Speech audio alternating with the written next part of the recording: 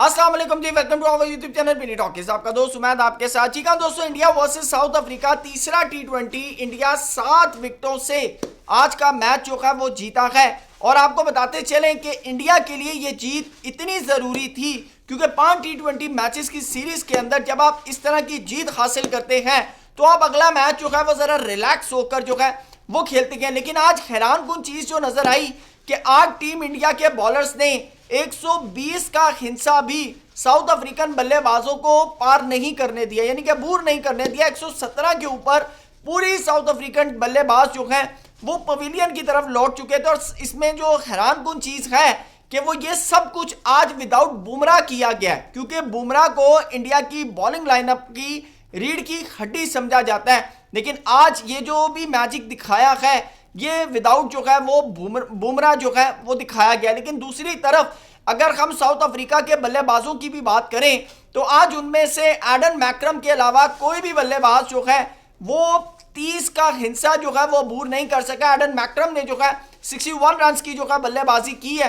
बल्कि हैरानकुन तौर के ऊपर आपको बताते चलें कि आज इंडिया के तमाम बॉलर्स जो हैं उन्होंने, यानी कि कोई भी बॉलर विकेटलेस नहीं रहा, सब बॉलर्स ने जो है वो विकेटें हासिल की हैं। और दूसरी तरफ अगर मैं इंडिया की टी20 टीम का अगर थोड़ा सा सिनेरियो आपके साथ डिस्कस करूं कि टी20 वर्ल्ड कप 2024 के बाद टीम इंडिया वाइट टीम है तो जो सबसे कम मैच हारी है, यानी कि as a test playing nation की अगर मैं बात करूं तो सिर्फ और सिर्फ टी20 सीरीज के अंदर टीम इंडिया 5 मैच जो है वो हारी है। एक ऑस्ट्रेलिया के अंदर हारी है, एक साउथ अफ्रीका के अंदर और एक साउथ अफ्रीका से इंडिया के अंदर, और उसके अलावा एक जिम्बाब्वे से और एक इंग्लैंड से।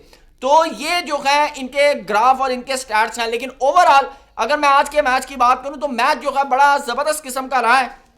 आज इंडिया ने बड़ी जो है टाइट किस्म की जो है वो बॉलिंग की है।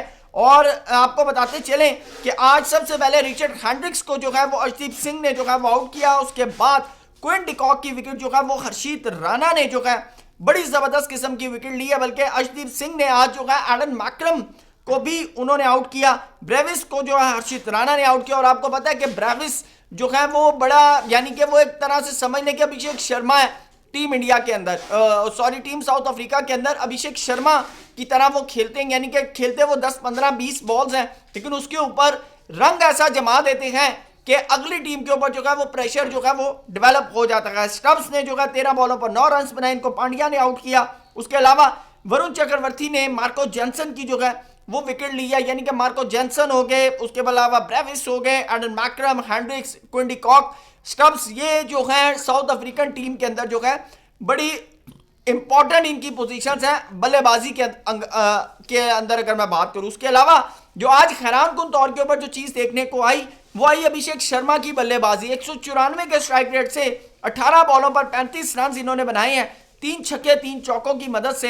लेकिन जो आज जो इंडिया के लिए जो मेरे ख्याल से खुशकिस्मती है वो ये है कि शुभमन गिल की भी फॉर्म एक तरह से वापस आ गई है। 100 के स्ट्राइक रेट से उन्होंने बल्लेबाजी की है, 28 बॉलों पर 28 रन जो हैं वो उन्होंने बनाए गए। तिलक वर्मा ऑलरेडी अपनी उसी फॉर्म के अंदर है, 34 बॉलों पर 26 रन। बल्कि सूर्या कुमार यादव ने भी 11 बॉलों पर जो है वो 12 रन बनाए गए। आज अगर मैच की बात करें तो वो मैच फिनिश किया है तिलक वर्मा और शिवम दुबे ने। तो ओवरऑल जो है आज इंडियन टीम की जो है वो विनिंग स्ट्रीक जो है वो एक तरह से बनती जा रही है, क्योंकि आपको जब एक बर्तरी हासिल हो जाए सीरीज के अंदर तो आपका हाथ जो होता है वो जरा ऊपर वाली साइड पर आ जाता है। ओवरऑल मैच की अगर मैं थोड़ी बहुत बात करूं तो मैच एक तरह से वन साइडेड था, क्योंकि जब आप इंडिया की होम कंडीशन में खेल रहे हो और आप 117 के ऊपर आउट हो जाएं तो फिर आपके हौसले जो हैं वो वैसे ही पस्त हो जाते हैं, क्योंकि आपको पता है कि यहाँ के जो बल्लेबाज हैं वो इन पिचों पर खेल खेल के जो है वो बड़े हुए हैं और उनको बखूबी पता है कि आप 117 रन की, यानी कि आप टारगेट चेस करने जा रहे हैं।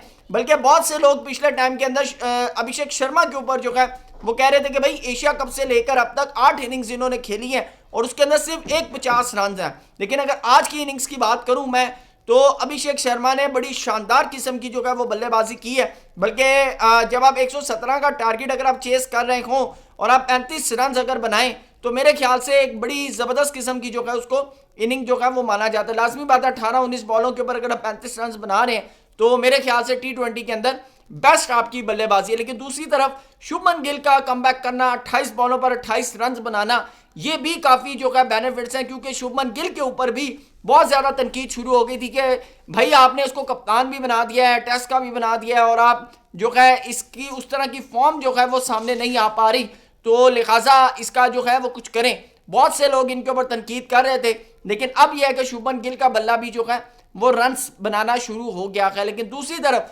सूर्या कुमार यादव जो है उन्होंने जो है 12 के करीब जो है वो रन्स बनाए हैं, और मेरे ख्याल से वो अभी भी अंडर थ्रेट हैं। लेकिन मेन चीज़ है कि जब आपकी टीम जीत रही होती है तो फिर शायद कप्तान से सवाल नहीं होते, लेकिन जब आप हारते हैं तो फिर कप्तान के 20 रन भी हो, 50 रन भी हो, तो उसके ऊपर भी सवालिया निशान आता है कि भाई आपने मैच क्यों नहीं फिनिश किया। तो अब देखना है कि जो चौथा T20 है उसके अंदर साउथ अफ्रीका जो है सीरीज को बराबर कर पाता है या नहीं कर पाता। दोस्तों इस सारे मैटर पे आपकी क्या राय है, कमेंट सेक्शन में जरूर बताइएगा। थैंक यू सो मच, अल्लाह हाफिज़।